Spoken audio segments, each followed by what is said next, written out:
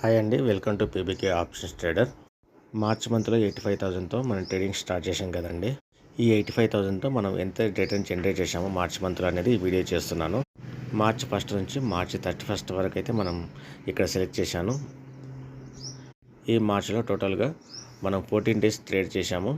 14 days ట్రేడింగ్లో మనకైతే 12,150 rupees అయితే మనకు ప్రాఫిట్ రావడం జరిగింది.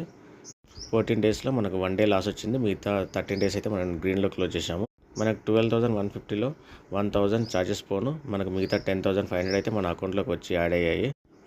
ఈ రిటర్న్ వచ్చేసి మనకు క్యాపిటల్ పైన 12%.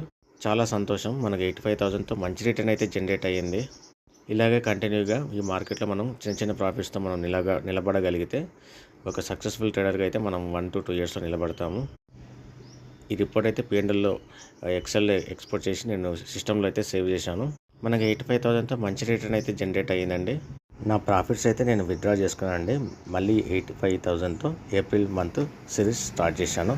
సబ్స్క్రైబ్ చేయండి ఫ్రెండ్స్.